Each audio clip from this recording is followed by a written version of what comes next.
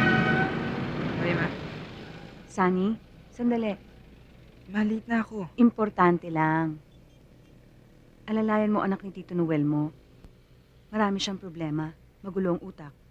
Kung ano man, ikaw na magpapasensya. Naintindihan mo ako, di ba? Tapos na po. Mhm. Alis na po ako. Bye-bye. Bye po.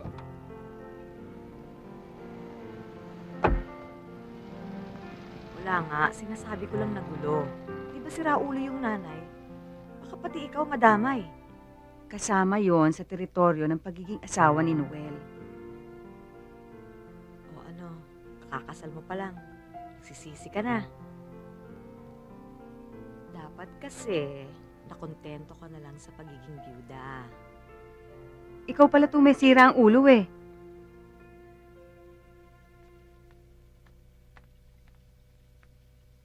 Gusto mo ng breakfast? Ang daddy ko, Umalis na ho, nasa office. asawa niya. Umalis na rin ho. Ayaw niyo ng breakfast?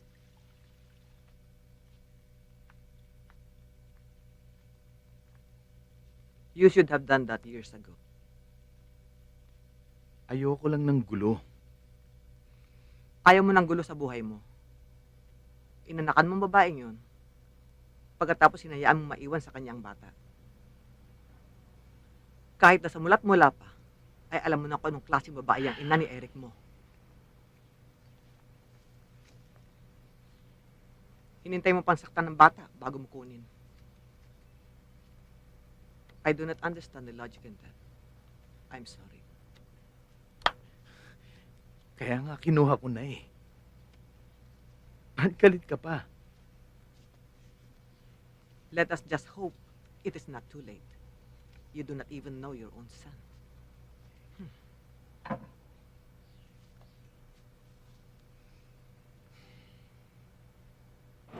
Hoy, hello! Nasaan ka na? Hoy, alam mo, buhay ka pa pala. Tumawag ako sa bahay niyo. Sabi nila wala ka daw dun eh. Nagpalit na ako ng address eh.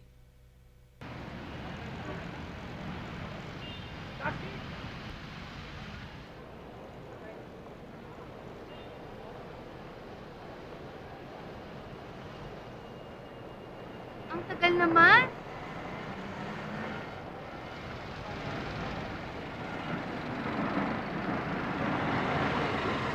Ba't ngayon ka lang? Eh, traffic eh.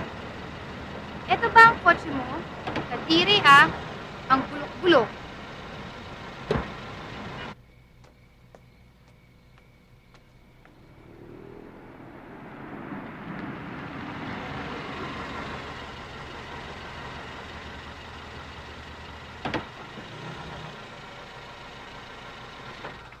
Bumaba ka dyan.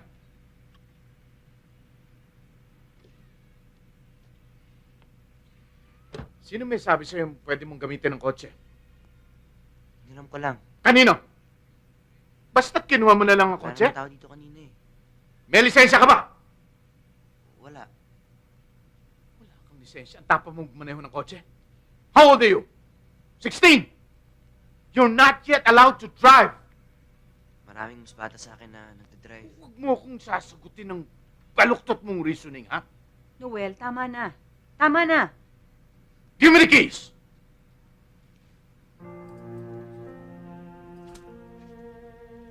Minsan mo pagawin ito. I tell you, papalian kita ng kamay. Noel, ano ba? Pasok na!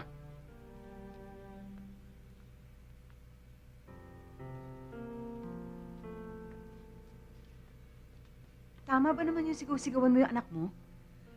Kaya nagkakaganyan yan. Pinabayaan ng inang tubuan ng sungay sa ulo. Kaya ngayon, didisiplinahin mo sa paninigaw at pananakot. Mag-isip ka nga.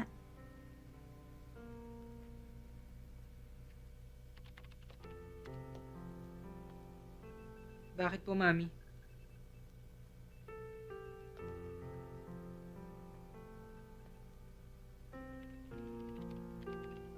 Eric, kumain ka na ba?